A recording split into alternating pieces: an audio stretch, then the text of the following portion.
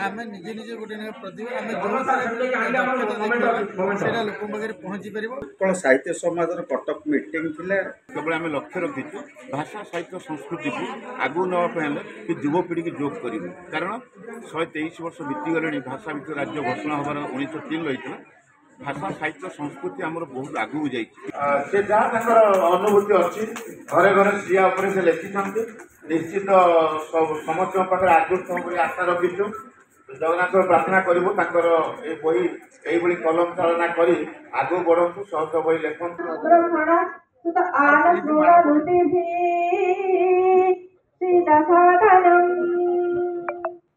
प्रणो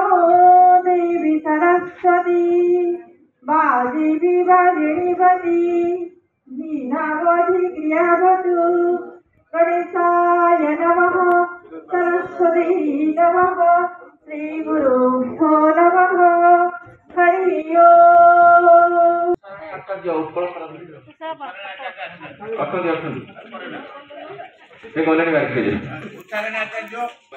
परवर्ती निरंजन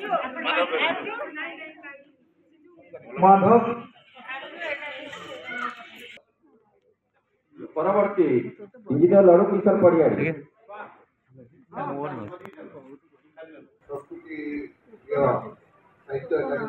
लगे आज प्रोग्राम मोमेंट गुड़ा अच्छी दियंतु प्रोग्राम सुलोचना बेहरा साहित्यर जो जिनस आज जो लोक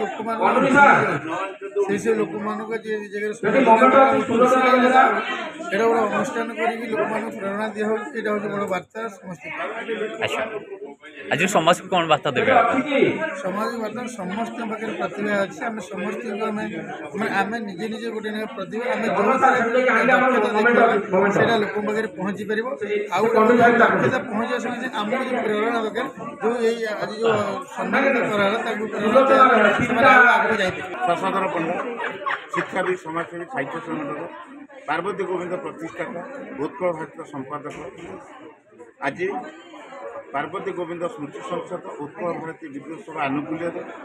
ए वर्षर तृतीय सभा कार्य संवर्धना पत्रिका लोकार्पण एवं कविता संयोजना कार्यक्रम यही भुवनेश्वर मंदिर मालिनी भुवनेश्वर गीत गोविंद रखा जाता आज जो मैंने प्रथम अधिवेशन कविता पाठ पढ़ी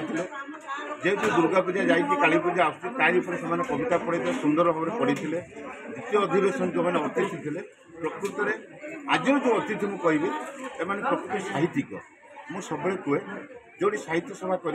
जो अतिथि मान डाक कि साहित्यिक जो मानकर अभिज्ञता अच्छी से दुई जन डाक आज दुई जन जी थे आमर रंजन रमण रंजन दास महोदय एवं आउ जन डॉक्टर देवाशीष महापात्र एवं उद्घाटक भाव थे मीनकेतन दास खूब सुंदर भाव में साहित्य उपर आलोचना कर जो मैंने कवि कवयित्री मैंने थे खूब सुंदर भाव में आलोचना शुणुले कविता आम शुणु एवं गोटे आह्वान दि जाइए जो पार्वती गोविंद उत्कल भारत केवल आम लक्ष्य रखीचु भाषा साहित्य संस्कृति को आगू नापे कि युवपीढ़ी की जोग कर कारण 123 वर्ष बीतीगले भाषा भितर राज्य घोषणा हबार 1903 रही भाषा साहित्य संस्कृति आमर बहुत आगू जाइए किसी लोग कहते साहित्य सभा साहित्य भाषा सहित कमी से दर्शाई देवा चाहे से जो था देखी था प्रकृत में भाषा साहित्य कौटी जा 90 वर्ष 92 वर्ष 96 वर्ष कविता पाठ करें आपण अनुध्यान करूँ भाषा साहित्य कौटी जाइए तो ये भाषा साहित्य संस्कृति जो सभा हो आगू नापी हेले जो हम चतुस्तंभ कराई प्रिंट मीडिया इलेक्ट्रोनिक मीडिया जिते धन्यवाद देने कम पड़ो मध्यम ये प्रचार प्रसार होने आउ प्रचार प्रसार करेंगे भाषा साहित्य शीर्ष स्थान पंचमित्र संदन जय जगन्नाथ बंदे